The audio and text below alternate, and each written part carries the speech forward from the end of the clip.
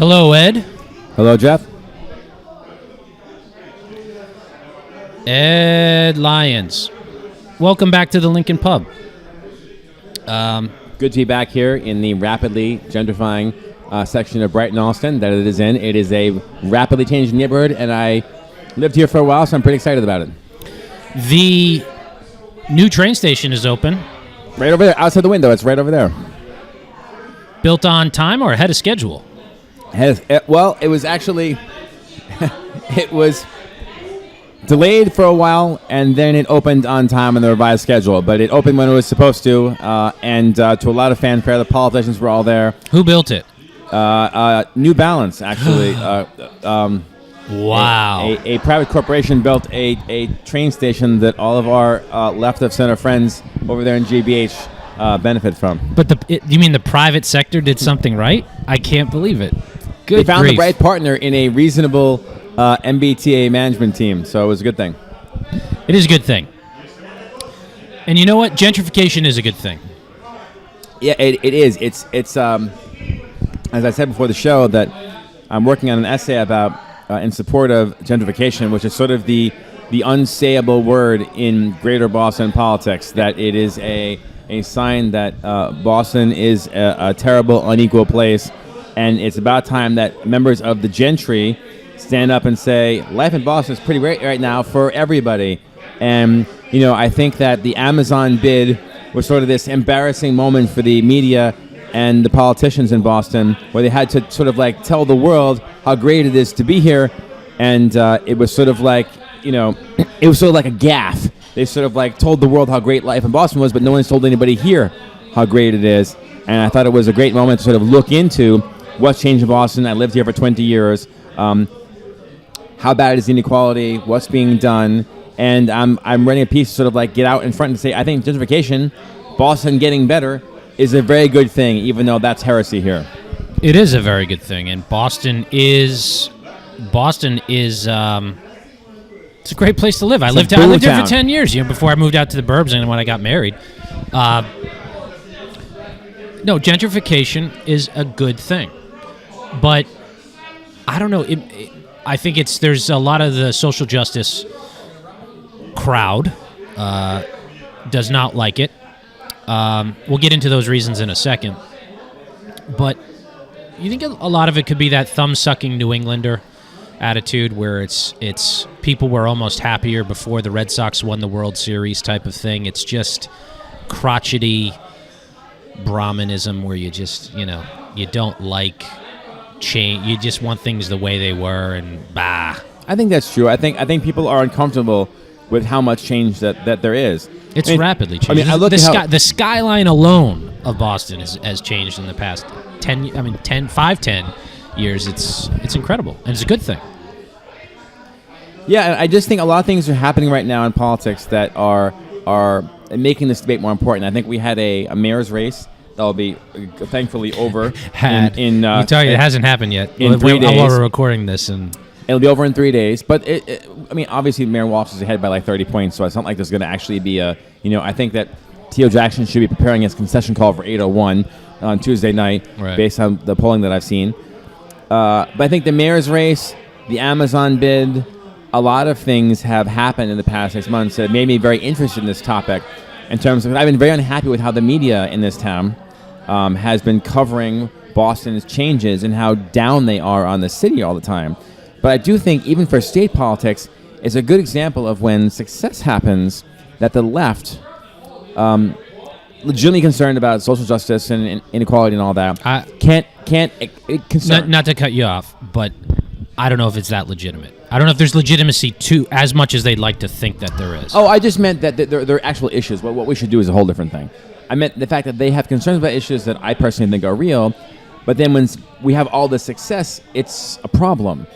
And I think that we're seeing that at the state level, but much more at the state level. And by the way, Boston, if you're listening to us and you're from some other part of Massachusetts, that Boston is the economic engine for the whole state. People even in Western Mass will admit that. Yeah. And Can't get around it. And I do think for people that are concerned, even about the country, about inequality and capitalism, that what is happening here matters everywhere in the country, because everybody is concerned about inequality, about jobs. the wages for the middle class and all of that. I think that Boston is sort of a cauldron of innovation and America succeeding. And what do we do about success? And what can the government do versus what does the private sector do is important everywhere. But here it's in dramatic contrast. And I think that's why it's so interesting to me, having lived here for so long. But I do think there's lessons at all levels of government. What happens when capitalism really works? And what do you do about it? I think the problem we have here in Boston is that the media and the politicians are sort of embarrassed by the success. They don't know what to do about it. They can't get off the script they've been reading for the past 15 years. And I think it's actually starting to hold us back now, which is too bad. How big a factor is race in this? So it's huge. Race is a big issue because it's a proxy for inequality. It has to do with kind of what is the ideal society that we're trying to get to. So race is always part of the discussion when it comes to equality because the numbers, if you break them out by race for educational attainment, I've been looking at these statistics for a while now, for educational attainment, income, social mobility, often those numbers have race attached to them. You can sort of see, okay, well, black people, of course, are not doing as well as white people in Boston. They're not anywhere in the country, but certainly not here either. Or, what is the, how much education does a black person have versus a white person? So I think that race is always part of the discussion. I've been very disappointed by how the media and the politicians here talk about race. Boston has been just put down for years by the media about race, where Boston is something this racist city. Well, what bothers me, it's very bad. There's a columnist who's had more columns recently. Maybe she's new, Renee Graham. She's not new, but she's been on. But I've seen her columns more prominently for some reason. So she wrote a piece a few weeks back, maybe a couple months ago, about how Boston is still an extremely racist city. And in that piece, I remember you quoted put it out on Twitter. They were all anecdotal pieces from a long time ago, from the 80s and 90s. It was pretty sad. Now this is the thing. Not to confuse that there isn't racial inequality in the city, because there is. And there are racists who live here. Absolutely. The problem is that columns like that don't really, I think, address or even come close to addressing the racial inequality that takes place in Boston. The crime in Mattapan, Roxbury, Dorchester, compared to crime in Back Bay or Beacon Hill or even South Boston. There's differentials there. But we never get to why. It's sort of just like there is racism, pregnant pause, bad pieces of history are put forth, and we should do better. And that bothers me, because nothing's going to get better if that's the case. And what I see now, especially with the concept of gentrification, is that there's almost a segregation happening. I've seen publicly and heard publicly people who are against gentrification because they flat out don't want people who don't look like them moving into their neighborhood. And that's bad. That's bad, folks. We want to have an integrated society. An integrated society, not a segregated society. An integrated society where we're start to get past looking past skin color, and not judge everybody by what the category they fit into, and more towards who they are as people and what they can contribute to our community. And we're not even close to that. And we never get close to that because of the way these discussions are framed, and it's profoundly disappointing. Yeah, I mean, I think that's the, as a white person who's comfortable and has a nice family and a nice community, I don't worry about the conversation about race not being productive from my point of view. I don't suffer because the Globe is staging a conversation about race that doesn't go anywhere. That's a good point. Right? But, as my friends know, I have been to every corner of Boston. My kids and I spent a year visiting every park in the city. I have been to every inch of Mattapan, Roxbury, Dorchester. I mean, for those who really know, like H Block, Geneva Bowdoin, Talbot, Norfolk, people who are in the know will know, like, damn, Like I have been to the worst parts of the city. I gotta. And you're starting to sound like that old NPR CEO who went on the who. Well, I mean, I'm saying I don't know what it's like to live in those neighborhoods, but I've actually that's the point we want to make clear. Point, but I've been there. I've met people. I've listened to them. They're part of my vision of Boston. Right. That when I think of Mattapan, I don't just think of shootings. I think of there are a lot of nice people who are good to me down there, and I know children my kids have played with who are nice kids who deserve a future. And those communities have names and faces where they didn't before I went there. I'm not saying I understand them, but they're part of my vision of Boston in a way they wouldn't have been if I had never been there. And I don't think they're being served by the racial conversation that we're having. And they're not. And that's the thing. And you know, people will the automatic retort that we'll hear when we bring these things. Well, how these two white men and their white privilege? How dare they even broach the subject? Well, that's just stupid. And by the way, I'll say that clearly. If the automatic response is this, well, I'm not going to listen to these two white gentlemen because they're white and their white privilege precludes them from having any knowledge or input on the matter. Well, you've already lost the argument because that's just stupidity. But I'm amazed you found our podcast. And let us know how he found you. Yeah, really. Our marketing is obviously working a little too well. But also, how insidious is that to just dismiss somebody? I mean, I could imagine if the skin color was reversed, how awful that would be if somebody were to just dismiss out of hand somebody's opinion based on their skin color. But it's a problem because I don't want to. I don't live in bad neighborhoods in Boston, so the way it's gone in the past 30, 40, 50 years is that white liberals have gone to underprivileged neighborhoods and they've dictated what policy that they can bring about that will then change the neighborhood. Nothing ever gets better, and those people are then voted back in. As opposed to necessarily having a different policy point of view put forward that could bring about a better result. And part of that better result, I think it's linked, is gentrification. I haven't seen a result where it's just miracled into existence by government mandate. Maybe you have. The government piece is complicated. Government can make a difference. Sometimes it's just doing a better job providing seedy services to those places that have gotten less seedy services in other neighborhoods. Sometimes it's an equality thing. It's just do your damn job. Just because you're in Roxbury doesn't mean you don't have to work as hard because you think people there don't care. So I do think that there's things for city workers. Clarify, yeah. Yeah, I'm not saying this is a problem for Boston, but I meant that there's definitely lower expectations for some communities, and I think that's not right. No. So I do think that government doesn't have to have heroic new initiatives. I think, for instance, I know from my journey that there are excellent parks in every neighborhood, no matter how bad they are, in this whole city.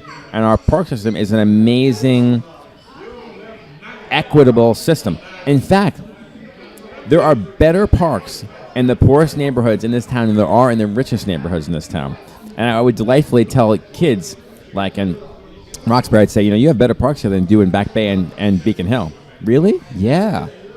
And it's funny how I think politicians sort of like in Boston want to sort of do more for these communities, so they build nicer parks there. But whatever it is, I think that's exactly. Well, it's something visible it's visible and tangible, and you can point to it that it's an accomplishment. But you're right; the politics line up perfectly. Yeah. But the nice thing is that I meant the fact that it's an example of where there really is equality there, in a way that there might not be in something else. But also that the politics of the city are all for building a nice park, but the politics of the city also make sure that the school next to it sucks. Yeah. And I think that's the real tragedy, is the fact that the parks don't upset the special interests. Well, the school, if you reform it, that would upset them. Anyway, I think it would upset. It would upset the unions and the special. Yeah, the community wants it. That's why in all of the neighborhoods where there aren't good public schools and there's good charters next to it. And I've talked about this a few times we've talked about this when we've had guests on. That's why there's a competition to get into those charters, and it's just an unfair competition at this point because not enough kids can get in. Yeah, so I think the conversation about race, to me in Boston, is flawed for lots of reasons. The Globe, Renee Graham, others have taken on "We are a racist city," and they cite legitimate grievances.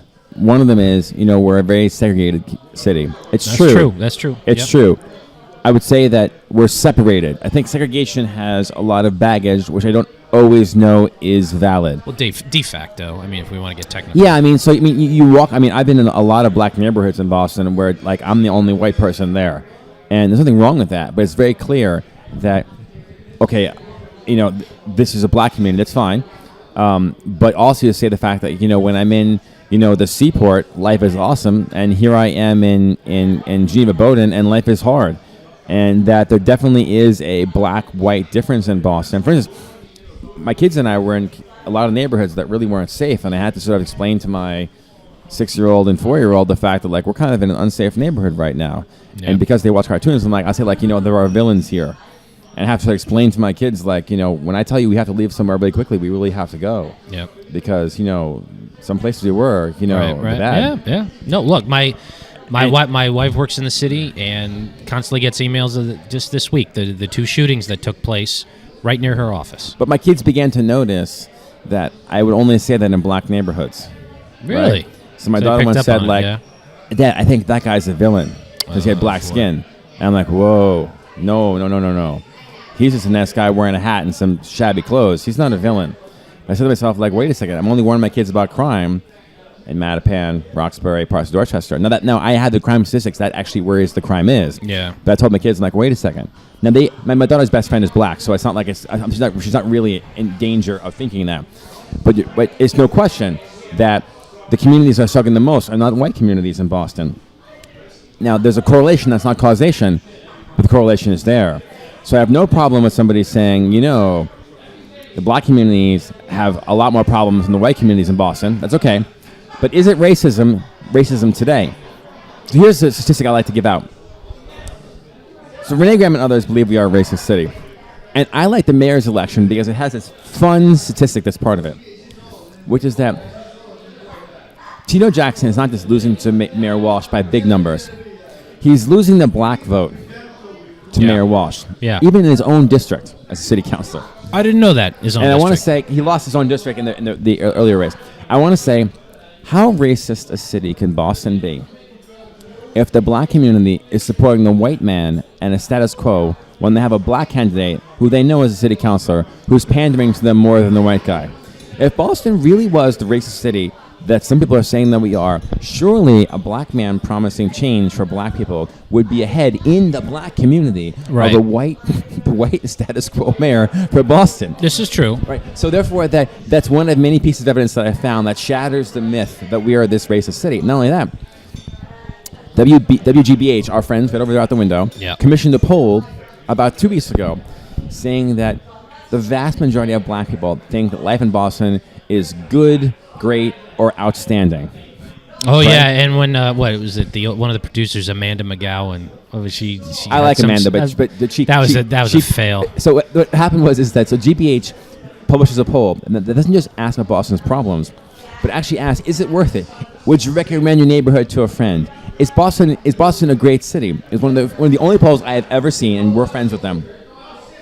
And one of the only polls I've ever seen that actually asked everybody, despite problems with the subway and crime and housing costs, do you actually like living here? Right. And what's hilarious is that almost everybody said, yes, 90% of Bostonians said it's worth living here, despite the problems. And not only that, even people making very little money, and even the black community said, absolutely, it's worth living here. And it ruins the whole narrative. Yeah, and the funny thing was, even if the differential between the racial statistics, it was about 2 or 3%. But it wasn't big. Yeah, it was not large at all. Where the differences were is that of the white people said it was good or great, many more white people said it was great than good, and many more black people said it was good than great. So it's not that there's no difference, right? Right. But you want to say I don't think something like 89% of black people said it's good or great. Would you really say that if you were a racist city? No. And so I just think that it's again, but our politicians and the media are not interested in hearing that people who are struggling to pay the rent actually think that it's worth living here. You brought up a good point before the podcast.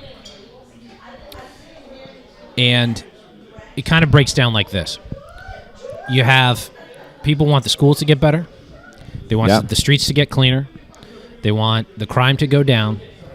Better jobs. They want the parks to look good and better jobs, but yet they want the rent prices and the housing prices to stay exactly the same. Because in that same poll and a few other polls, the number one issue in the city is cost of housing.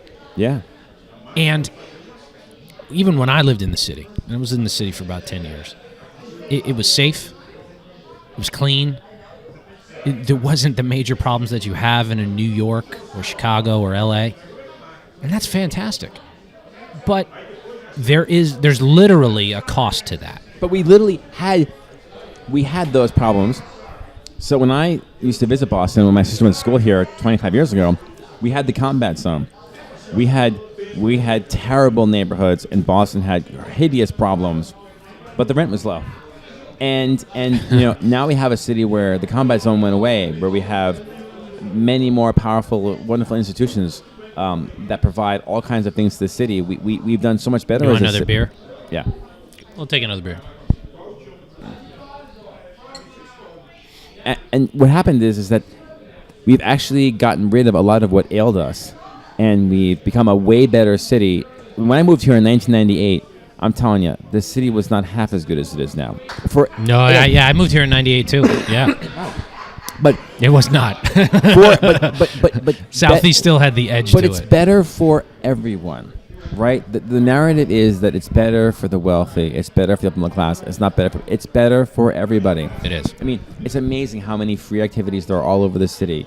It's like in the park system, museums. That there's it's better for everyone. I mean, that's surface stuff. You know what I mean? The activities, the parks, and those things like that. But let's cut to the chase here. There's better jobs. There are better jobs. There's better jobs. There's much better jobs. Boston is now a magnet for maybe industry is the wrong word, but certainly. Life sciences, technology. Yeah, absolutely. Amazon is here. Facebook is here. Google is here. Yeah, These Microsoft is here. Would never have come here 20 years ago. Right. They would never be here.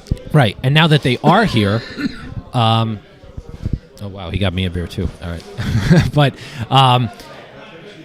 the fact is though that because those jobs are here, those create other jobs. Absolutely. And nobody's talking about what is unemployment in Massachusetts. 3.5%, 4%, something like that. Boston. I mean, I've been waiting in statistics for weeks now. Boston has one of the lowest urban unemployment rates in the entire country. What is it? So what's funny is it's like 3% or something. We're even lower. We're even lower than the rest of the state. Fantastic. That is such a good thing. Again, the news about Boston is great, and it's actually great for everybody. And what's weird is everyone says, well, for instance, I've also seen the other statistics that are worrisome. So it seems like about 20% of Boston lives in poverty. Poverty being the federal poverty limit. There's a dollar amount. If you make less than $18,000 a year, whatever it is, that there's that. Also, that the statistics. Wait, can I go ahead? Can I pause you on that? Because that's a good point, but there's a but. Well. No, all right, maybe keep going. Because I'm going to say, how many people are below that federal poverty line? 20%. Really? In Boston. That seems high to me. So I'll get to that in a minute. So 20%, and also, according to the city's not so awesome numbers, there aren't great numbers for this. The median salary in Boston for those who work and live in the city is $36,000 a year. The median. So not the mean, not the average. No. And the numbers are at least a few years old. They're based on the census. It doesn't take into account all the off-the-books income that is very prevalent in low-income communities. I don't know what the numbers mean. I've been thinking about it. I mean, the city says, you have to make at least, $50,000 a year to live here, but the median is $36,000. I want to say the numbers aren't adding up. So I do think that the data is problematic. But it does say that there are a lot of people in Boston not doing well. I mean, it's easy to believe. There's a lot of people in Boston who are illegally. There's a huge number of people in certain Boston neighborhoods that have been in and out of the prison system. In many communities in Boston, I think in Mattapan, it's like 20% of the entire population of Mattapan has been in and out of prison. Wow. 20%. Wow. The Boston Foundation, which is a big nonprofit, does a study about incarceration. They have these maps about where are all the people who are in and out of prison across the whole city. It's actually across the whole city, including Back Bay and the nice areas too, which is hysterical. Not Beacon Hill, but I think they're probably under jailed in Beacon Hill, but it's very low there. But I do think that... Well, after the sexual harassment claims from last week. Absolutely. A few more people might up the rolls. So but you see in some communities, there's one section of Dorchester where it's just like right above the Talbot Norfolk Triangle, where it's like it's almost 25% of all people have been in prison in the past 10 years. Yeah. And you want to say, holy cow. You know, if they're working, they might not be on the books. If they are working, maybe they're not making very much. But you want to say, so there are sections of the city that are really struggling, and unfortunately, they end up being non-white. So again, if a black activist says to me, hey, look, I can make a pretty big correlation between being black and all these problems, I want to say, the correlation is strong. I am not going to deny that you go into a black neighborhood in Boston, and life is very different than it is in Back Bay. And I don't think anybody will deny that. No, but I think... But here's the thing, you know, and maybe I repeat myself a little bit, but we never get to why. We never get to why. We never really talk about why.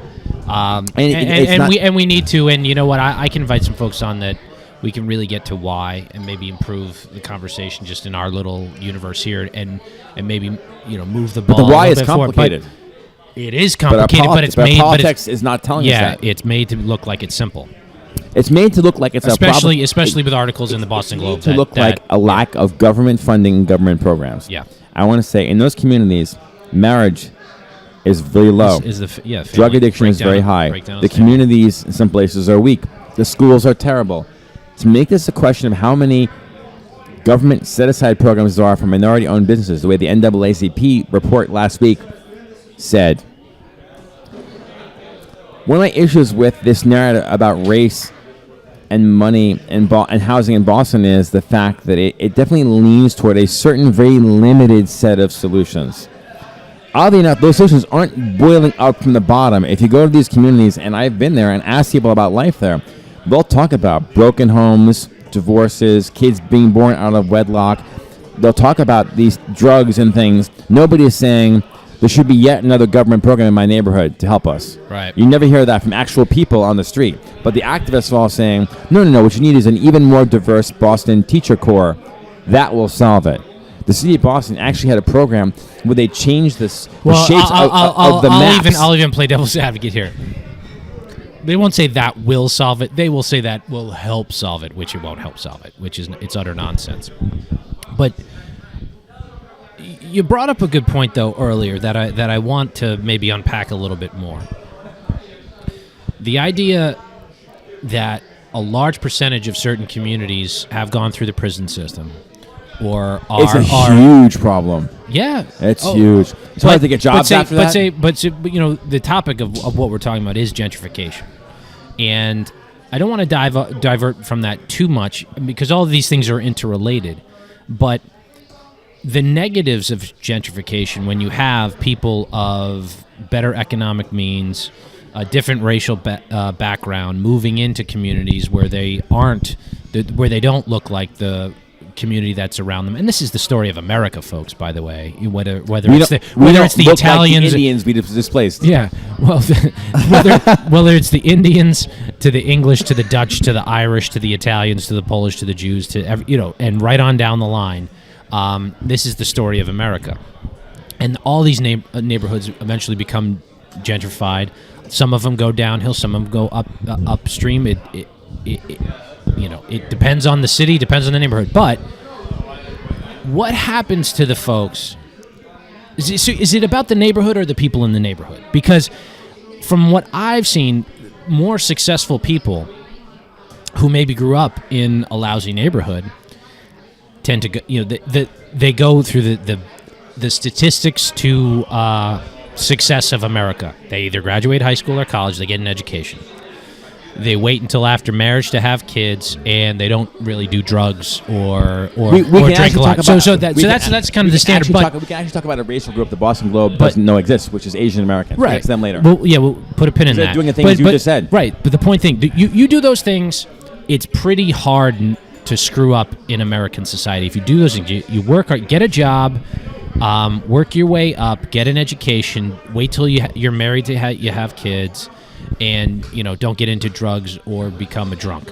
Now, the individuals who grow up in rough neighborhoods and take that track, I don't think they go back to those neighborhoods. Oh, what?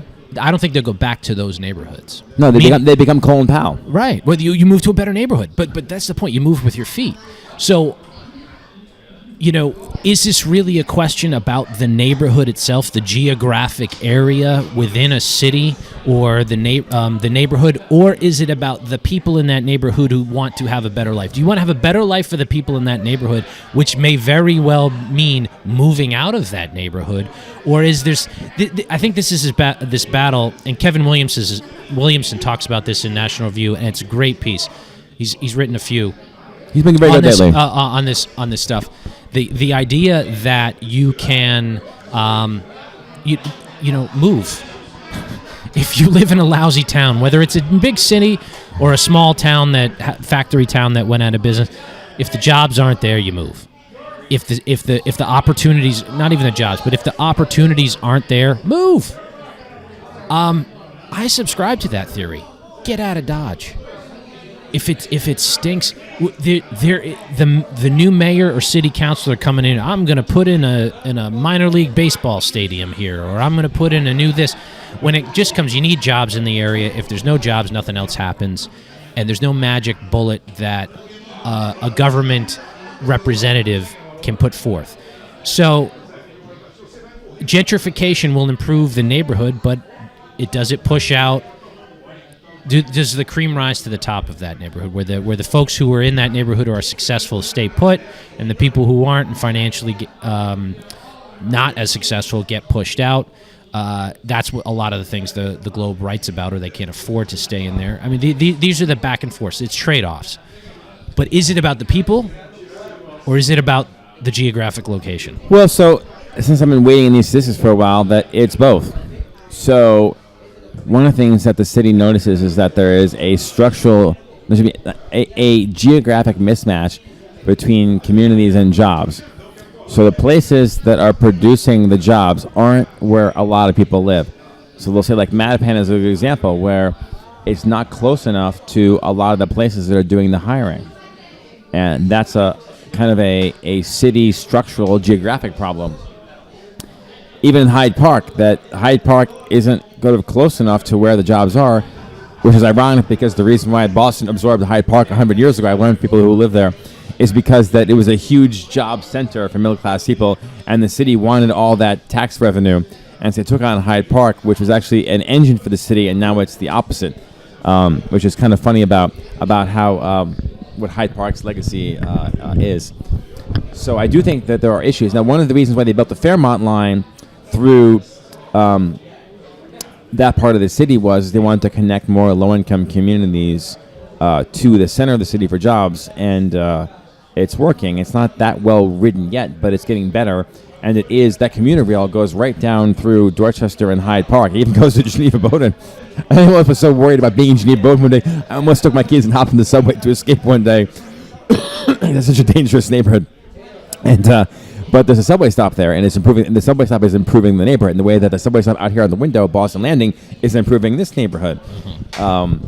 So I do think that the city does a lot of things for social justice.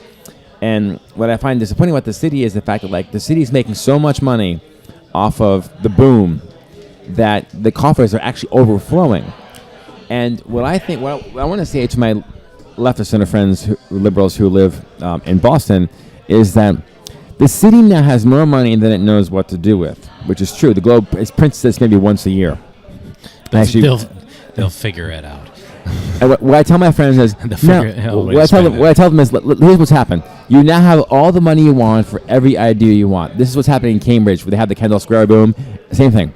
It either means... so total aside, so I had Nadeem Mazin on. He was running for Congress. I forgot to ask him because he wants single payer. Cambridge City Councilor. Yeah, Cambridge City Council. I forgot to ask him this, and I was going to say, well, you were in Cambridge City Council. very rich town. Why not single payer for Cambridge? I forgot. I should. That'll be. But that's the idea because you're right. so rich. You're right. so You're it's such so a rich. It's a rich city. I want to say to Boston, give away your health care. What I tell my Democrat friends is, so one of two things has happened here. Since your social justice aims have not been achieved, it either means that the Democrats you have elected are incompetent and cannot solve the social problems that you've told me money will solve, or it means that government actually can't solve these problems no matter how much money it has. No. You said or. It is not an or situation. It can be. It can and is both, without question. But this is what's funny. So Democrats have been saying for years that the problem with urban school systems is they don't have enough money, right? And what's funny is that Tito Jackson, like others, saying the Boston school system needs more money, even though student enrollment keeps going down, and that the money keeps going up for the system. And every once in a while, a Democrat blurts out the truth. Andrea Campbell, who is another city councilor, who's also black, says, "What's the problem? We have $1 billion budget and declining enrollment. Why can't we figure this out?" She's never said that again, but she was right. And Tito Jackson, we need more money. Good for her. Good for her. Either she, yeah, not well. It might have been a gaffe, but it was the truth. But the gaffes are truth, right? The gaffe is the truth, and the truth is the unions don't want to change a damn thing because they're making way too much money. Not just that. So the amount of money that Boston spends, 19,000. Again, I've been wading in statistics for weeks now. Boston spends $19,600 per student for Boston school system that's supposedly not doing very well compared to expectations. And how much per student? $20,000 a student. What? I mean, that's fantastic if it were giving a good ROI, but it's not. It's not. Oh. And what's funny is until a year ago, $20,000 a year. That's private school tuition, folks. That's Phillips Andover Academy. Put that in perspective. That's right. If you're listening, that I always go back and forth between cursing on this podcast, but that is unbelievable. $20K a year is about what it costs to send your kid to Phillips Andover, the snobbish prep school that is basically college tuition. Think about that, everybody. Think about that. You're paying for it. You're not paying for it directly, but everybody's paying for it, and you're not getting the educational value that you should be. Listen to this podcast and share it with your friends. That's a problem. Not only that, I had all kinds of funny ways of using that number because I've actually known that number for years. So because I lived in Boston until a year ago, and I was part of the Boston homeschooling community, and we used to have this joke in the Boston homeschooling community. What would you do with $20,000 a year for your kid? And we're like, wow, I'd hire all these college tutors. I would take my kids to Rome once a year. Yeah. It was like we laughed what could we do with $20,000? And by the way, the homeschooling community is not wealthy people. Wealthy people use elite private schools. Homeschooling community is very middle class. My daughter's best friend is a black girl who has kind of upper, lower income, she's sort of below middle class, and they homeschool their kids. Working class. It's working class, but not always. But it's not rich people, for sure. But we used to laugh about what would you do with $20,000? Not only that. My kids and I like to visit Mattahunt Woods, which is a wooded area in Mattapan. It's right near Mattahunt Elementary School, which was closed last year because it was so bad that even the city closed it. Level 4 school, disaster. And I was once at the edge of Mattahunt Woods looking at all the children with my kids playing because we were homeschooled, right, playing in the playground. And I thought to myself, every one of those kids is $20,000 a year, and they have a 13% reading proficiency rate for a K-6 school. I want to say... I get this. I get angry. It is an outrage. That makes me angry. That makes me angry. And I mean that. And it's a real anger because the bullshit articles that you hear or read about in the Globe and people who aren't covering this, they never get to this. They never get to this point where you're paying $20K a year. And the kids can't even read. And the kids can't even read. What the hell are you doing? Now, if Tito Jackson had a spine on this, no offense, Tito, we've met, I like you, you're good, but dude, if you're going to run for mayor, buddy, this should have been your primary issue. If you had gone this, and you had taken on the unions. He opposed the charter school cap lift. Right, and if you had taken on the charter school And mandate, he's actually on the board for a charter school. You would have made a race of this. He would have made it. No, honestly, Ed, that would have been a thing, because the amount of money that is being wasted is not even the correct word, but the because it should be the amount of money that it should be properly spent on these kids' education. It's sad. This is the thing. Every year, you can't get those years back. I can do better, and it pisses me off. I can do even better. Two things. One, 1.3 miles away from Madhunt Elementary School, which has failed generations of black children, and it is an all-black school. 1.3 miles away from Madhunt Elementary School is the Brook Mattapan Charter School, where the reading proficiency rate is 89%. Same community, all black, 1.3 miles away, a charter school that is saving the lives of black children in the same community. Right? 1.3 miles away. Black kids succeed, their dreams happen. Over here at Mattahunt, their dreams are failing. They spend less money per kid in the charter school than do at Mattahunt. It is a crime but again, the solution is literally, you could walk there. I have walked there. You can walk a mile away. Not only that, my kids and I have played with the kids at Mattahunt Elementary School in the parks, the Trayvon Matthews tot lot, the Cherry Hunt playground. My children have played. I have met the kids who went to Mattahunt. Wonderful, nice, happy children whose parents don't make a lot of money. And these kids can read. They are human beings. For them to be failed year after year after year is a civil rights disaster. I cannot believe that's a good way to put it. That is a civil rights disaster. I have looked in the eyes of these children who are so nice to my kids, and I want to say, I asked this girl, she's like, I love my street, I love my neighborhood. I'm like, where you go to school? I go to Mattahunt Elementary. I want to say, you're going to a school that is failing everybody there, and you are a nice little African American girl, and you're nice to my daughter. I am horrified you're going to this freaking terrible school. When is the city going to care? No, yeah. What's funny is, it's actually not about race. When my last year in Boston, that's last years ago, they assigned my daughter, not knowing I was in a homeschooler, to Winship Elementary. Winship Elementary is almost as bad as Mattahunt was. It is a level 4 school. It has a 19% reading proficiency. It's actually in a decent neighborhood in Brighton. It's actually not that far from here. It is a disastrous elementary school where most kids can't read. Not only that, when the Boston Globe wrote about the National Spelling Bee Championship 6 months ago, one of the contenders was from Boston, and they wrote about this girl who was awesome, who could have won the National Spelling Bee Championship. And they printed, she's from Winship. And because the Globe doesn't actually know anything about the school system, I want to say, you mean the National Spelling Championship girl is actually going to one of the worst schools in Boston where nobody can read, and you don't even know it. Because the Globe doesn't know anything about the school system, right? No. And to me, I'm like, she went to Winship? What is it like for her going to Winship? Right? Because if you look at the MCAS scores for Winship, it's 1% is super proficient, everyone else is terrible, and this genius girl, who's Asian, by the way, obviously is wasting her time in this horrible school in my own old neighborhood, not far from here. Yeah. And I want to say, it's not about race or income. Let me bring up. I think let's bring this full circle, because I think gentrification is the city getting better, helps to solve this, which I think is probably the major problem, because when new people move into a neighborhood, they demand the neighborhood be better, because the demands of the current neighborhood aren't getting it anywhere. Better jobs come in, streets become safer, better infrastructure, meaning the facades of buildings and all that stuff comes along with it. And eventually you get to the schools, and the schools do turn around eventually. Well, New York City's experiencing similar things. I have a specific awesome example. The John Eliot School in the North End was not a good school until about 15 years ago, even though it's the North End. A bunch of parents moved into the community, cared about the school, got involved.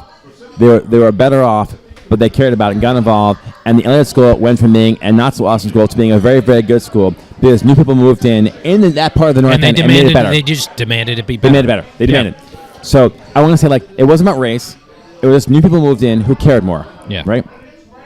And that's that's an important point. it's not about the skin color of the people who move into a certain Or what the neighborhood. government is doing. It matters about what they're willing to do and be different and act differently, not about the color of their skin. It matters what their attitude is towards the approach. And that's a good example in the North End, and it would work in any neighborhood. Okay, It has. It's happened in JP. Let me tell you It does something right happen. now. Let me tell you something right now. If you if somebody who was black and ran on a charter school platform, there would have been a groundswell of support and given Mayor Walsh a real challenge for his office. He opposed it too. Oppose what? What? Mayor Walsh opposed the charter school lift too. Of course he did. Of course he did, because the unions back him. But my point being is, though, there is an opportunity to change this cycle of poverty. There is an opportunity to change the outlook for future generations. But every year it slips further and further away if you just keep voting in the status quo. And education and the family are such key components of it.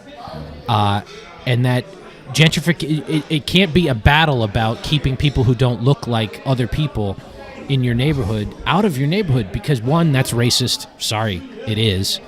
Judging people by the color of their skin and keeping people and treating them differently by the color of skin is racist, and it doesn't matter of which race you belong to.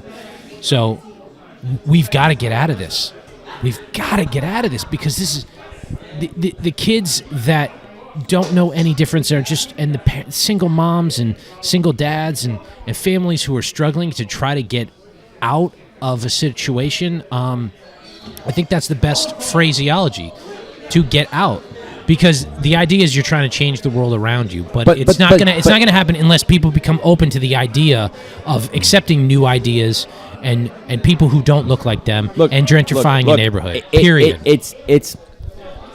I'm writing this piece, and I care about this because what I'm saying. Let's wrap up. So what I'm saying you're is writing that, this what I'm essay. saying is that the politics and the media are promoting a way of looking at this and dealing with this that is not good for the city and is not what people on the ground want. So I'll end with this story.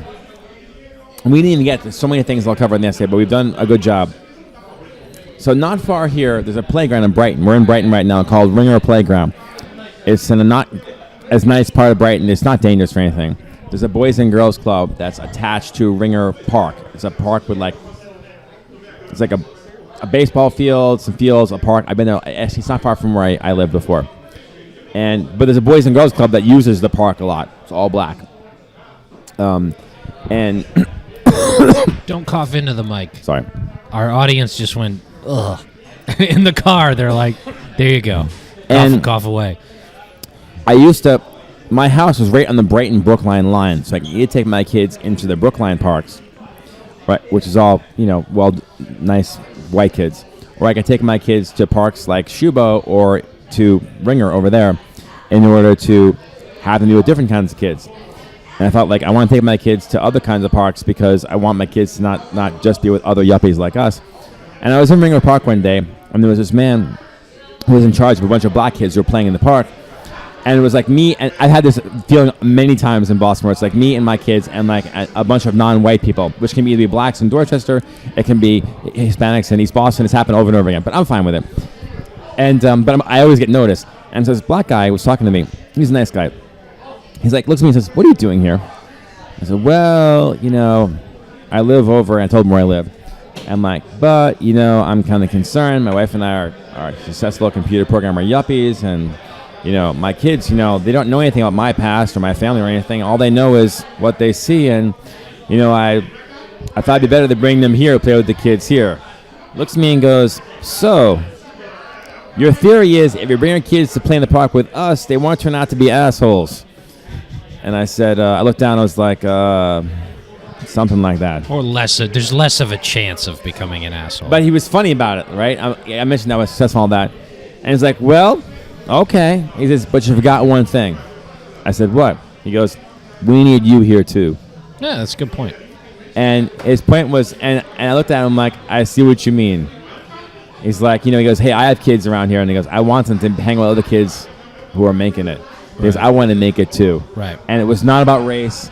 It was the fact like, hey, you're successful. I want my charges over there to hang out with your kids because Wait. I want a lot. But there was no sense the fact that a white person is like, hey, it was wonderful. I looked at him like, yeah. Well, I'll wrap up with this. We're going to mention the essay a few times because I'm going to put pressure on you to finish up. Drink some Red Bull and finish it up so we can release it in tandem with the episode.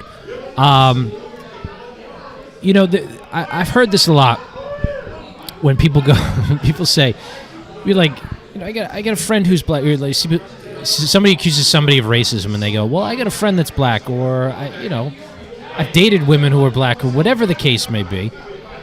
Both are true in my case, and they say that's something you just say because that's something that doesn't matter. I got news for you, folks. I've met some pretty goddamn racist people in my life. They suck, and they're not friends with anybody who's not white. That's the way their world operates. That's how racist people work. They actually don't have black friends. When a white person or a black person or any colored person has a friend that doesn't look like them, that actually means something. It's not a dismissive thing. It does. Maybe they have ignorance or prejudice that you can discuss and point out, but the idea that somebody would be friendly with a person who of a different skin color, yeah, you know what? People who are racist don't have friends who aren't of the same race. That's why they're scumbags. But most people just want to. But it just bugs me when we try to get in these conversations. It's like, oh, if I talk about a friend who's black, it's like, oh, well, your friend who's black. I'm like, yeah, no kidding. People who are racist don't have friends who aren't of a different race. That's the way they work, and it's a problem because maybe this has been I think gentrification and race are two interconnected issues that we got to get to. And I was on Darnell Williams' show a few months back this summer. We got to get him on the podcast because I have a whole host of questions about racial issues and stuff like that. But I almost want to ask. I think the first question I'm going to ask him and folks who are active in the community is does it piss you off that the primary thing they're known for is the color of their skin? In the sense that when I was on Darnell's show, and I posted it on YouTube for folks who want to check it out. It was like the second or third YouTube episode we did. So I went on his radio show, and we just talked politics. We talked budgets and policy and things like that. We didn't talk about race, but yet the Boston Globe and the media around here and the media establishment constantly frames it on that. They invite the black person on to have the black perspective. I think that's incredibly insulting. I think that's incredibly insulting. Maybe I'll start that off with if we do an episode. But that's almost pandering in our sense. But gentrification and race are inextricably linked because the forces that are against gentrification are bringing it down to that racial aspect. It's bothersome. It's bothersome because we should and we have to move towards a more integrated society and a less de facto segregated society for the benefit of all of us. And I'll get off my soapbox on that, but it's important. It's important to mention and it's important to talk about. I just want the reason I'm writing this piece is to say that Boston has issues of poverty and racism and segregation. For sure. And what I want... Cough out of the mic. Sorry. What I want is for the media and politics to talk about race and equality in a way that's going to produce solutions, that acknowledges individuals who are making good decisions, that is helping us solve the problem. I think a lot of what I see out there is not solving the problem, it's pointing to the wrong solutions, and it's actually not what people at the bottom actually want. Columns like Renee Graham's are hurting us. She's so obsessed with all the isms. And by the way, let me tell you something. Renee, this is an open invitation right now. If you'd like to come on the podcast, we'll meet. We'll have a great conversation. It will be respectful and civil, and we'll really dive deep, and it'll probably be one of the best conversations we've ever had about the state of the city. Because honestly, I mean, there are enough people that feel the way that she does that they matter. I do not think our politics should be based upon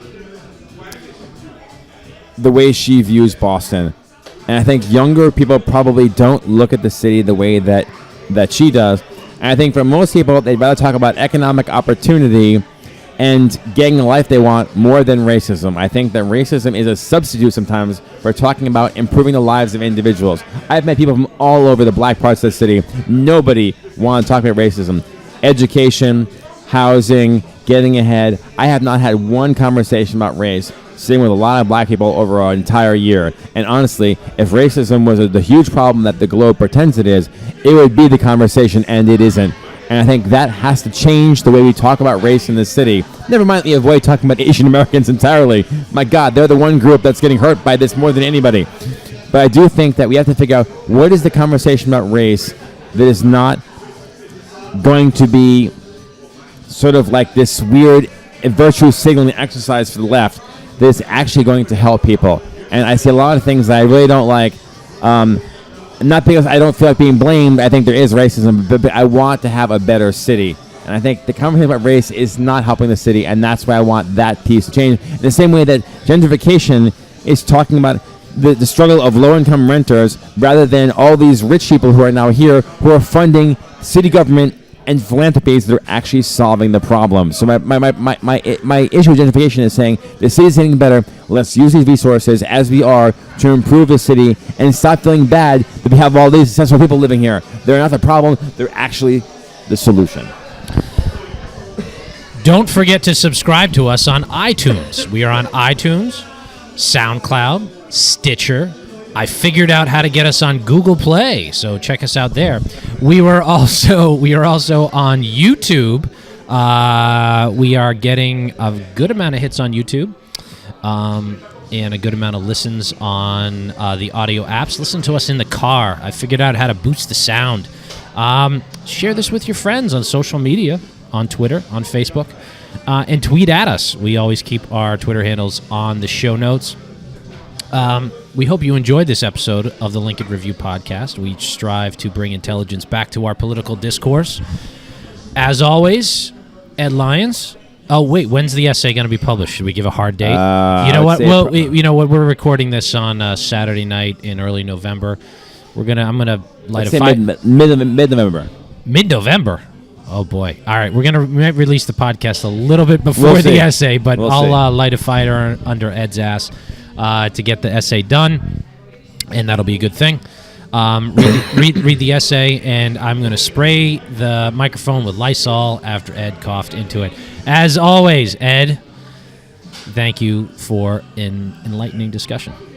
Okay, thank you. Have a good night. Bye-bye.